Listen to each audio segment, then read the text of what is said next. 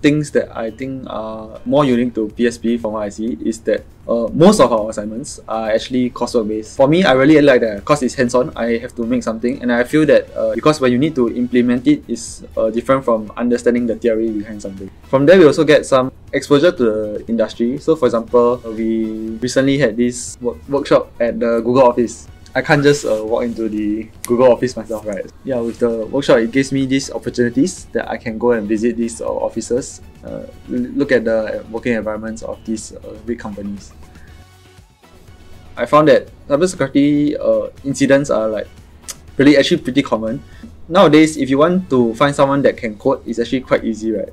But coding something securely is something that I wanted to learn more about, which is why I decided to pursue the degree in cybersecurity instead of computer science. What do you remember from my class? Blockchaining modes, and then you were just writing all the different modes on the board. Oh, that one, the cryptography module. So he was just writing all the different formulas and modes with the math for the modes on the board, like off the top of his head.